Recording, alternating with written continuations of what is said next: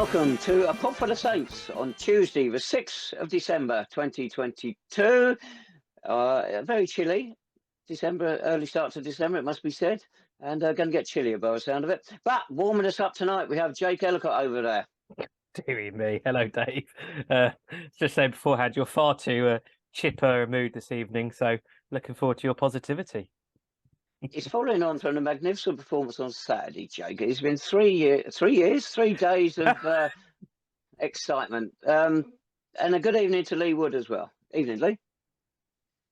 Yeah, evening. I'm with Jake. I don't like this new tabs. I don't know what's happened. I don't know what's in that cup you've just been sipping out of, but it's unnerving. It's a nice crest, that, isn't it? Lovely. I think that should catch on one day. Right, we're going to go back to last Saturday, the 3rd of December, down at Crabble Stadium, whatever you want to call it. You were there, Jake. I was there. We had different angles on the game. I thought it was the best performance we put in this season. What did you make of it? Yeah, probably not far off it, actually. Chatting to a couple of Saints fans, I think Colin came out with a very good comment with he hasn't seen us sort of control a game and dominate a team like that in the league, at least, in a very long time. And I thought that was accurate. You know, Dover had one or two spells, but apart from that, we really were all over them. And it was a case of how didn't we win that? But, you know, as gutting as it was not to win it, I think there are so many positives from the way we played, the style of football, that it all just bodes really well. And I think the important thing is it's just a continuation of the improving performances under David Noble. It's funny, you go back to the previous Saturday when we had that god-awful game against Bath City. We won 3-0, but give me last Saturday's 1-1 draw any time as a game to watch, as a spectacle, much better, much more rewarding from a spectator's point of view. But you look back, how many saves did Stuart Nelson have to make for them? All right, the penalties, obviously. But beyond that, unfortunately, we didn't test him too often, did we? Kyron had that deflected shot tipped over, and I think Jeffers had a header and whatnot, and Joy McKenna hit the bar. But he wasn't overworked, which doesn't do justice to our performance, does it? No, it probably doesn't. And I think probably in the end, the lack of shots really, I think, caught us up in the last sort of 5-10 minutes.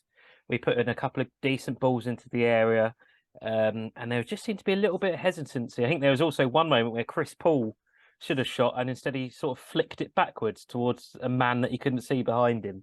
So yeah, of course a negative there. But I mean, as you say, the penalty, I think that's the only comment you could really make is, you know, Shaun Jeffers scored a good penalty 2 minutes before. I'd have to query why he sent it the same way, exactly the same position again. But aside from that, plenty of positives. When you get 2 penalties in 3 minutes like that, it comes down to psychology, doesn't it? A double bluff. Am I going to go the same way? Am I going to send it the other way? In many ways, the keeper holds the cards by then because pressure's back on the kicker. No complaints to Shaun. It wasn't the greatest penalty. It's probably better than his first one because it was closer to the corner, I think. But Stuart Nelson took a gamble, went to his, was it left, wasn't it? And it was a good save. Shaun scored the first penalty. It's his 50th league goal for us. National League South, only the second player after Lee Clark to get to 50. So, well done, Shaun. 75 appearances. Were you able to keep track of a game at all, Lee? 2 words for you, fellas. Zane Banton. He is playing on a higher level than anyone else at the minute over the last month or so, and a point which I appear to be reiterated in the highlights on Saturday. Everything he does is with a purpose and with a swagger that he seems to have sort of regained from somewhere. He looks leaner, he looks faster, he looks sharper. He's fast becoming sort of the main man in terms of the productivity in a Saints shirt.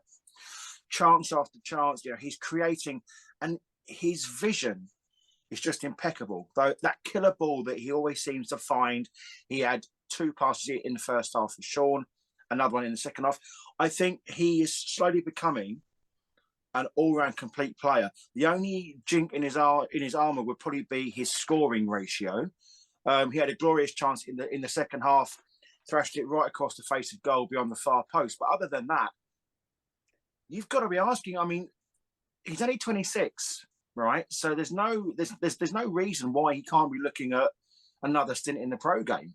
For me, second to none. He really is going to be the focal point for everything we do going forward now.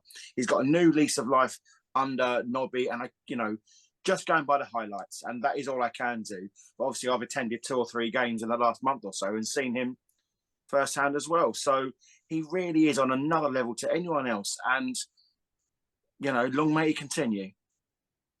I agree with almost everything there, Lee. Another shot at the pro game. I think you'll forget that. That'd really be great if it happened. But at 26, I don't think it's going to happen at all. He mentioned his goal ratio: 210 games, 45 goals.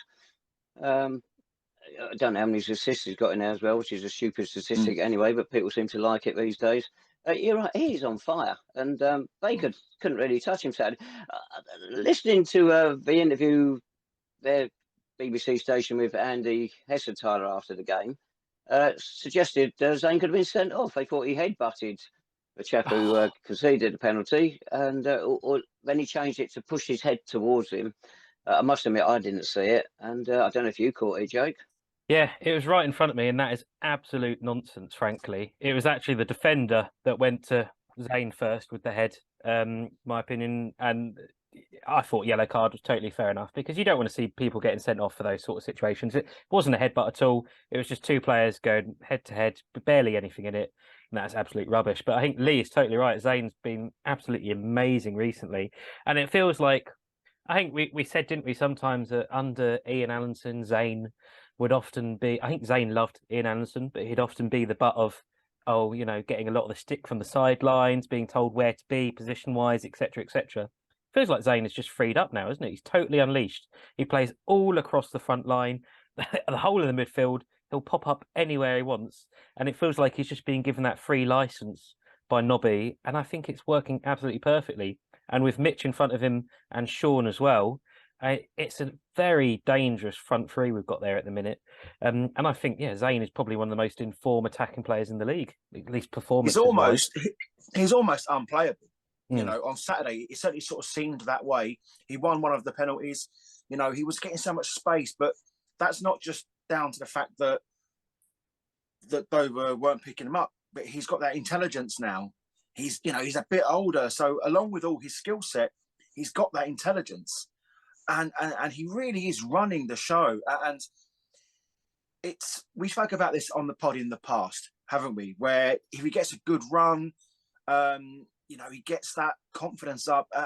Saturday he looked unplayable. He really, really did. And the passes, all the tricks and the skills that he had in the past, he's now using them to fruition, because everything's meaningful. There's a meaningful twist or turn, or a meaningful flick, and a meaningful through ball, and it's a delight to watch. It really is. Also in the Andy Hessenthaler interview, he said what a good side we looked, and he did pay tribute to our front three about what a handful they are, and they undoubtedly are. So clubs are noticing it, but we do need to bury a few more chances maybe, but at least the goals are starting to come, although they didn't really flow on Saturday. Yeah, but I think there's so many positives to come from it anyway, that you're always going to maybe have an off game like that. But like Lee said, we went close, a couple of chances. That one from Zane, the flash across goal, I thought that was in when it went across. I think the only comment again from me would be, did the substitutions work? I don't know. I don't know if Chris Paul really had an impact on the game. I think if someone else was in his position, I wonder if they'd had that shot. Joe Neal, I thought he was all right. But, otherwise, plenty of positives again, and, just a lot to build upon. Joe Neal flashed one across the face of a goal, but he put it behind Shaun, unfortunately, didn't he? And it was just too far ahead of everybody else. I'll actually, for a change, defend Chris Paul. I thought when he came on, I thought his passing was crisp, and it was positive, mostly going forward. And that's most positives I've seen him play for us. Well, 1 or 2 little things which you think, oh no, like the back heel you mentioned earlier. But I thought that was more like Chris Paul, which suggests he's got a bit more to show us than he's shown so far, and helps Nobby get a stronger squad. Well, players like Paul, he's got to properly scrap to try and get back in this team, hasn't he? Because the players in front of him are looking very good at the minute. I suppose that talk about squad wise, no Ben Smith on Saturday, was there? Trollo on the bench again. Michael Clark back in the team, looking very good again, isn't he? So suddenly we've got a little bit of depth there, a little bit potentially, but then we're still relying on young players on the bench. And, you know, that's not ideal. But, you know, like we said a few weeks ago, if you brought in one or two more players into this team, you could comfortably finish top 5, top 6 at the minute. I think the issue with Chris Paul is that he took him so long to settle into the side. Yeah. You know, if you cast your mind back to the Chelmsford game away, you know, he got pushed off the ball too easily, and he's a big fella, he's an athletic fella, and you know that sort of carried on in the next 2 or 3 games, and he wasn't the excuse we were looking at as into why we lost the games, but it was he didn't help himself. You know, his performances were down on what he would expect himself, let alone the fans. So, but as you said, Tabs, if he's starting to pick up a bit of confidence now, which I think the whole team have got over the course of time, then he's only going to be a benefit to the side. But he does, you know, he's got to start imposing himself. He's a big lad. He's got to start, you know, putting his stamp on the games a lot quicker.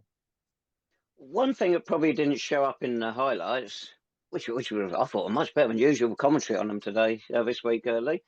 One thing didn't show up, I didn't think it did justice to Devante Stanley and Tafari Moore. I don't know what you thought on the day, Jake, but I thought they gave us strength down the either flank. Yeah, and I think that's one of the great things about the team at the minute is those sort of players take up so much going forward of the defensive side, Dover's defence. That is what opens up the space for the likes of Zane Banton, because you've got 2 fullbacks there who just absolutely bomb on, but are so good defensively as well. I think we said last week, didn't we? Will we see Devante come back in?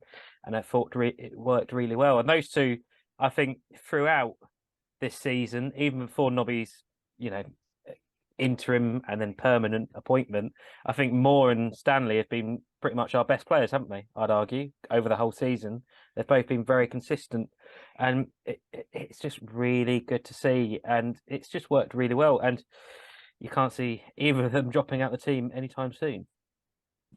No, you hope not, because the other one who's continues in good form, Dylan Berry, didn't have much to do in goal last Saturday. Couldn't do much about the penalty, obviously. I think he had a header to save, and that was pretty much it. But we're bang on about how well we played at Dover last week. You go back to the previous week, we won 3-0 at home against Dover. Dreadful match to watch.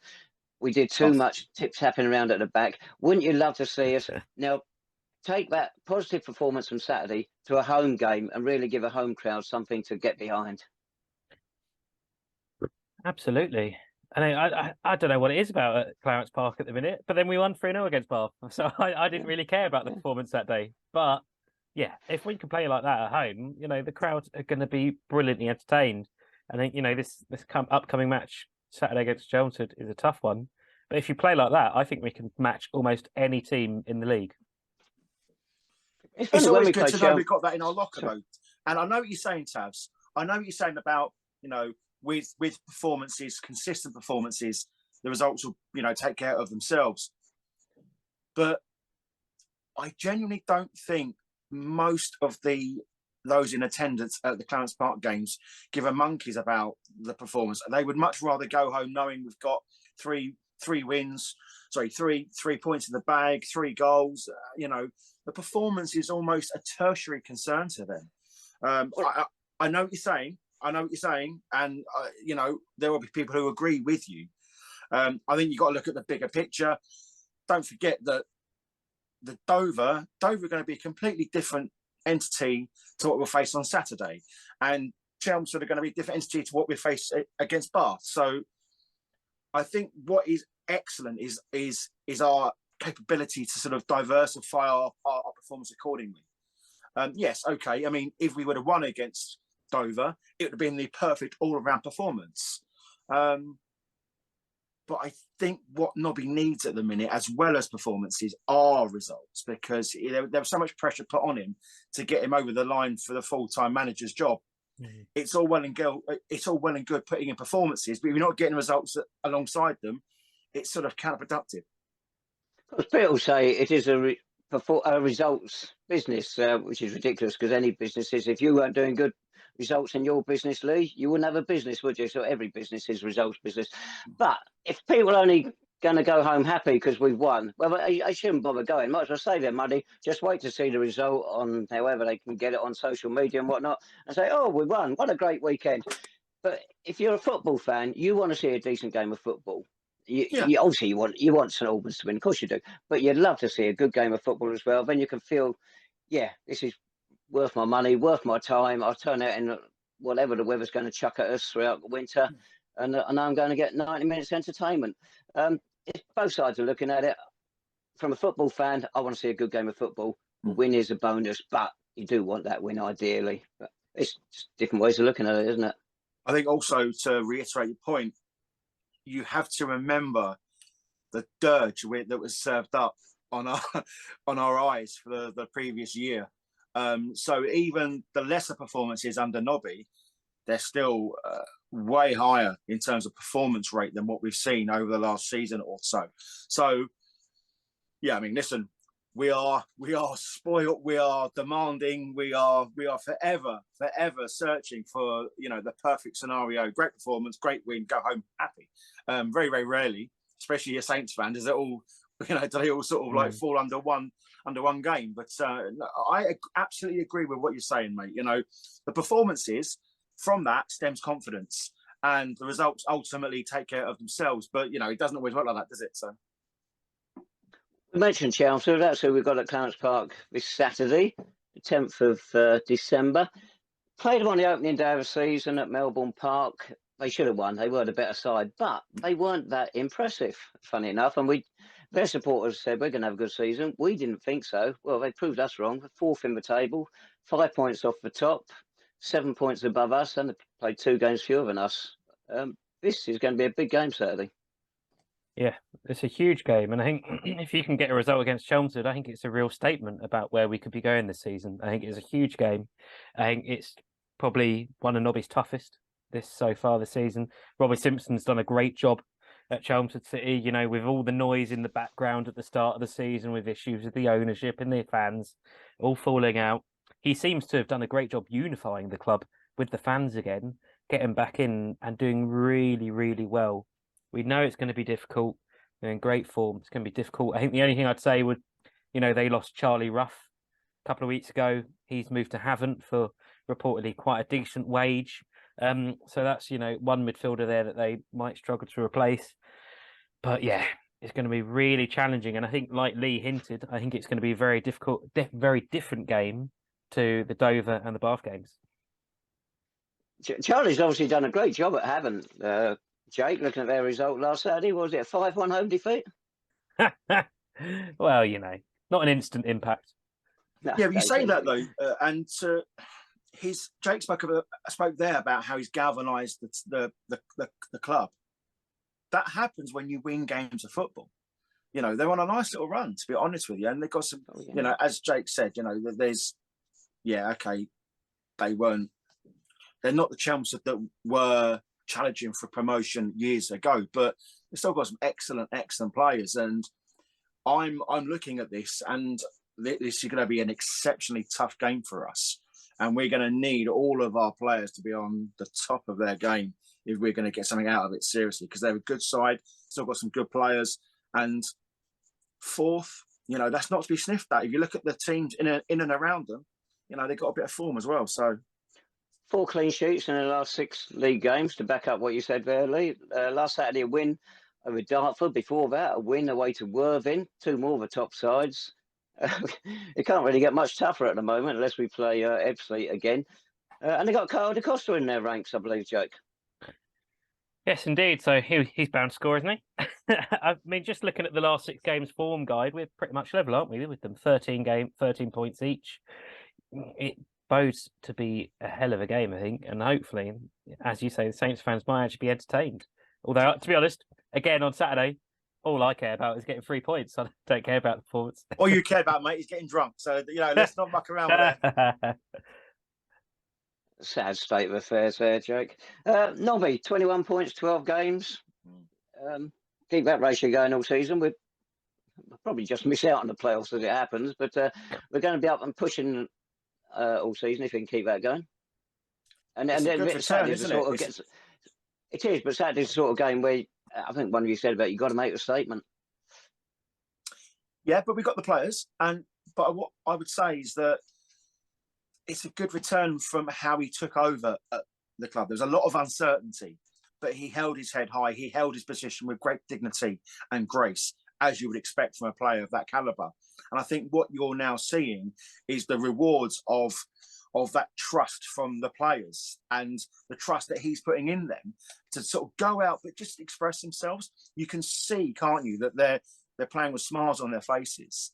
And okay, not everything that they execute is going to come off, but that's fine. You know, it's not a flawless game that we're in. Chelmsford are going to be the biggest one though, Tabs. You know, and I reiterate it as well now.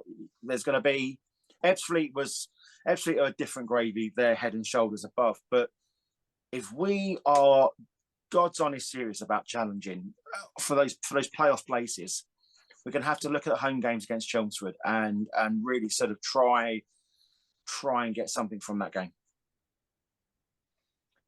Yeah, well, I think it's the last 5. We haven't done too well against them. Yeah, we're out of winning the last 5. We won the previous 4. It's about to swing round back in our favour, we hope. And they've won the last 2, 3-0 and 2-0 at the Park. So we'll ignore history and just go with the confidence we built from the last few games. Any changes? Ben Smith, as mentioned earlier, he missed last Saturday because of a foot injury. I don't know if he's going to be available this week or not. But from what we saw, I don't think anybody would really want to make changes unless you really had to. No, I don't. Why change? You know, a good thing. I'd argue. Don't think it needs anything at the minute. It looked good on Saturday. It worked well. We know Chelmsford like to pass the ball around. I just don't see. And also, I'd argue on the bench, what can you really bring on to really have an impact on there at the minute compared to the players that are already out on the pitch? I don't think there is really anyone on the bench that I'd have 100% confidence in changing the game like that. So I'd stick with it. Of course, we do have to consider we've also got a game Tuesday night as well, haven't we? We have. Sticking with the subs and whatnot and the squad, because we don't know if Nobby's trying to bring anybody into the club or not. We haven't heard the question asked in the interviews. You just wonder if that's happening, if him and John Meeks are out there shopping for somebody. You'd probably find that Dean Austin is out there shopping on their behalf. I think it would be astute to, put Nobby just his sole focus on the games at hand. I think Dean has seen enough of the squad. I think Nobby's probably told him enough of what he wants to strengthen the side. That's going to be Dean Austin's job. Let him go out and do that. And if nothing comes of it, then that's on Dean and not on Nobby. So I think Nobby's eyes need to be on the prize, which is the Chelmsford on Saturday, and then we'll get over that, and then we can focus on Hungerford. But until that time comes, mate, I mean, he's got the best out of the players. There's no doubt about it. He's got almost a golden touch, dare I say it. So let's hope that form continues going into Saturday. Even a point wouldn't be a totally bad result Saturday, providing we follow it up with a win on Tuesday away to Hungerford Town. They're level on points with Weymouth at the bottom of the table, and they played 3 games more than Weymouth. It's the sort of game where you're not going to be happy if you come back with just a point from there, is it? No. I think we've got to be looking at 3 points. Like you say, Chelmsford, it wouldn't be the end of the world to draw there. But then, do we really have many good memories of going down to Hungerford on a Tuesday night in December? Does anyone really want to do that? It's got banana skin written on it already. But, we've got to be looking for 3 points, and I'd say a confident victory on Tuesday night. Hungerford are in terrible form. They've had a terrible season so far, and I think some people probably didn't really expect them to have the campaign that they did, or they have had so far. But we've got to look for 3 points. And like we said earlier, and we've said so many times, especially under Ian Allenson, last couple of campaigns, it wasn't necessarily the results against the top sides that undid us. It was the results against the lowly outfits that, already relegated, battling relegation, that we always slipped up in again, or slipped up against. So if Nobby can get a result there, maybe again that shows that he's having a much bigger impact than even we think. course, we've already drawn at home to them this season, 0-0 in the first week of the season or whatever it was. What a point that was as well, though, boys. Eh? What a point. Much needed. We're still living off it, Lee. I mean, does anyone So are they. does anyone even remember that game? I don't. You know, and it's this run of fixtures. You know, after this we've got Havant, which we'll talk about next week. You know, you've got 2 games there and a winnable game in the middle. It's not the easiest runs for Nobby. I think this is really going to test him and test his squad management as well. See what he can do rotation wise, because it's going to be a difficult challenge for him, especially with you know players still in and out and Ben Smith out and whoever else, and Ricardo Di Trolio might be fit, but he's not played for quite a few games now. It's going to be really difficult for Nobby, and it's going to be his first real test since being appointed full-time manager. Well, Christmas, New Year's a doddle, isn't it? 6 points from those 2 games. Who are we playing? Yeah. Can't remember. Some team in red. Oh, okay. Nice. Never heard of him. No, didn't know. Still going. Right, let's have a prediction then for Chelmsford first. Who's going to be brave? I'm going to go. I'll tell you what. I'm going to go 2-1 Saints. Oh. I like us. I mean, I really do. I'm going to go 1-1. I think it's the first time you haven't predicted a win in it this season, Jake. I'll have to check that. What about Tuesday then, down at Bulpit Lane? 4-0. I can't see them troubling us unless someone has a monumental brain fart of epic proportions. You know, I can't see them anything but comfortable Saints win.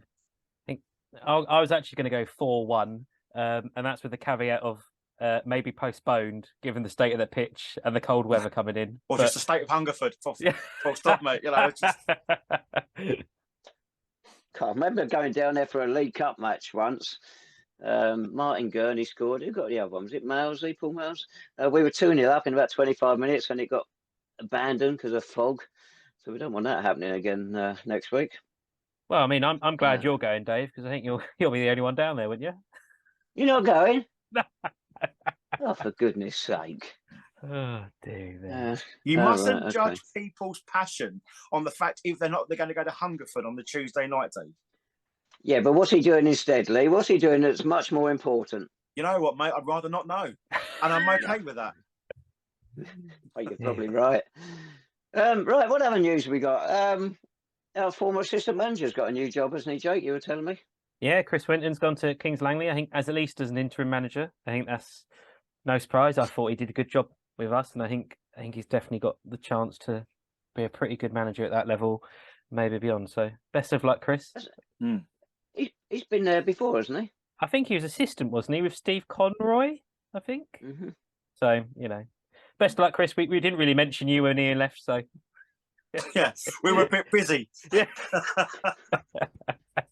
I think as well, I think we want to mention everyone that the barrage of tweets we got last week in response to our Saints Saints tweets, by the way. Yeah, no, pleasant, very nice. They do exist. They're not abuse to our Saints International 11. Loads and loads of them. So if you want to look back on our Twitter feed and look at responses, I think almost too many players to mention. It turns out we missed a lot of players as well, as we thought we had. Well, there's only 15 places we can pick, mate, really. Yeah. And then we started going into bloody, presidents and coaches and stuff. I got a couple of emails as well, which are probably for older players than you two would be familiar with. Emails? You mean faxes, Tabs? Bloody hell, man. Doing off computers. Facts. What's a fax of shit? I mean, I was going to say carrier pigeon, but Right. I believe there's another topic you want to bring up as well, Lee. Yeah. Delicate, but, current. The non-league paper have released a series of articles over the course of the matchday programmes this week and the next coming week, I believe, about fans' behaviour at non-league games. Obviously, with the higher levels of professional game being suspended for the World Cup, gates have been swelled due to that fact. But with that, there's been some very savoury behaviour at a couple of the games. The most recent example would be at Guiseley, when someone sort of got onto the pitch and took a waz in the goalkeeper's bottle and he drank it, and then the goalkeeper confronted the fan. He got sent off in the process. And we see, don't we, Jake? We see Twitter reports of fans fighting and sort of what have you. And I think, on the whole, I think our club have been exceptional, absolutely exceptional. And this isn't about St Albans City per se. I think it's important to add that. However, at the recent Kidderminster game, Jake, you were there. We had a couple of people mention to us that a couple of the younger elements of our fans were singing some unsavoury things, and regular fans just moved out of earshot because it wasn't necessary. But I would say that they were mates of mates who'd sort of come along for the sort of trophy atmosphere, if you like. But it does go to show that you have to be careful with all this, because you don't want to deter people from coming to the club. But obviously, the larger your gates are and the more attractive you make your match day experience, you are unfortunately going to attract that element within their fans. So, they were talking about stewards wearing body cams, following the kids around the ground, which you don't want. But obviously, I think what the club, our club, have been exceptional, and the stewards on the whole are good, and any trouble is pretty much soon sniffed out. But the thing is, I think you need to confront the element to it as well, because there was some very unsavouriness at the Kidderminster game behind the goal. But again, it's the club put out their fact that there's beer on sale at every corner, every nook and cranny. You can buy a pint.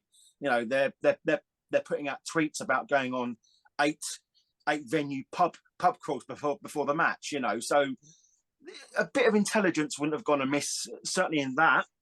But again, you can't police everything, and nothing is to do with the club in terms of what happens on the terraces on the day. But one of the points that the non-league paper is trying to make is that where is the line that you draw? Everyone is going to get upset by something. Everyone's got a tolerance level, Tabs. You aren't particularly pleased with some of the language that comes out of my mouth half the sort of time. And you know what? I've apologised to you on many occasions on a match day. But that's the environment you get sometimes when you get high emotions and high consumption of alcohol. So I think the two do go hand in hand. And I'd be interested to see what you boys thought about the whole situation. Increased tendencies, it means increased people, it means increased possibilities for things to go wrong. It's funny, but the Hungerford game, Kidderminster game, I remember about 4 stewards, I think it was, went down the front of the fans and were just looking at them in the stand. I couldn't hear what was being shouted or chanted or whatever it was, anything untoward or not, but obviously something was. I didn't hear it then. I know last year you two said about some of the things coming from the younger supporters behind the goal. Again, I couldn't really hear it round the side of the pitch.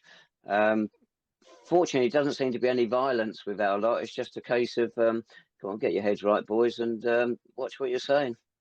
Yeah, I think last season at times was really unpleasant behind the goal, wasn't it, Lee? I think that we called it out on the podcast, and the club did sort of crack down on it. I think that did seem to work. The Kidderminster game seems to have been a one-off. The Bath City game, no issues, was there? So I don't know if it was a trophy or what, but I think there's definitely an issue across non-league football, especially the last couple of seasons. But as you say, I think the Saints have done good stuff. I think there's a new stewarding firm for this season compared to last season, who seems to be a bit more proactive, which is good. But yeah, we've seen the amount of youngsters turning up to games at Clarence Park increase absolutely massively, and I think that's great because not long ago we were a lot of Saints fans were saying, who's going to come along as the next generation? We're not appealing to young Saints and fans. most of them are okay. Most of them, I mean, don't get wrong, they're all little hood rats, right? But ultimately they're quite but they're quite humorous, and and they're supporting the team. But I think it's the mates of the mates that come along. They get a cheap laugh when they say something controversial, and then they keep going at it. They haven't got the intelligence just to sort of maybe come up with something new. Or, but again, you don't want to deter people from coming down the park. Absolutely not. But you go on. Yeah. It's funny you say that, Lee, because it's almost history repeating itself. So I go back to when I was a kid in the early 70s, Washington City. And for the big cup ties, you did have supporters, nothing to do with St Albans City, coming along to the big games. And the atmosphere was different. And poor old Hendon suffered most of the time when they came down the park. And their coaches being rocked and bombarded and God not. Fortunately, that seems to have all gone. You mentioned there, Jake, about the rise in non-league football. Well, between the three of us, we've been to a lot of games. How many times have you seen trouble in recent years? Not once.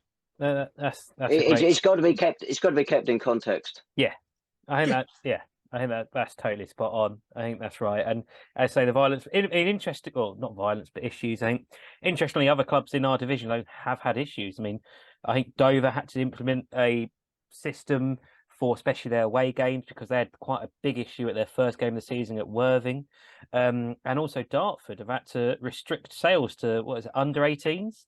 So under 18s can only come in. Under 16s, can only come in without without a adult. I mean, so with a parent or as a club member, isn't it? Which is a nice way to make a little bit more money. But so clearly some clubs in our division are struggling with that. But thankfully, as Dave says, most of the games we've been to in recent years, issues, apart from probably Boreham Wood away last season in the Cup, have been fairly far and few between for us, luckily. I think the biggest problem at our last home game was too many people were falling asleep. You're tripping over them. At the end of this season... Is that unfair? Is that unfair? At the end of this season, we'll be talking about how great the campaign was, and then Dave will be like, that dreadful 3-0 win against Bath. Absolutely terrible, wasn't it? Jake, when we've got the open top bus, mate, going through St Peter's Street, it'll be me. Oh, the colour of the bus was disgraceful. Lee, do you remember the open top bus when we got promoted in 2000? Of course I do. Yeah, of course I do. And when it was leaving Clarence Park, and it was of course open top was open, and they hadn't allowed for the branches of the trees, and everybody on the top deck had to duck as the branches were smacking into them. It's a highlight of the season. God, that was a surreal day, wasn't it? Watching all that go down St Peter's Street and all those confused people. And they were on the bus. Hey, that's Paul Bastock you're talking about. This isn't the 84. What's going on here? Well, on that cheery note. Good. Well, anyway, if any of you amazing fans want to get in contact with us, young Jacob's going to give you all of our contact details. Off you go, my friend. Yeah, at a Podful of Saints on Twitter, email address as well will be below. I think if you've got any suggestions as well for what you'd like us to discuss in terms of any other Saints 11s or any topics you'd like us to discuss, we've had a couple of suggestions this week, Lee, haven't we? That, if anyone would like to discuss, just let us know on Twitter or on email. And yeah, I think on that delightful night, I think if we're all happy, I think that's done for another week. Well, two of us are. Indeed. Right, thanks, gents. We'll see everybody at Clarence Park on Saturday. Bye-bye. Absolutely. Take care.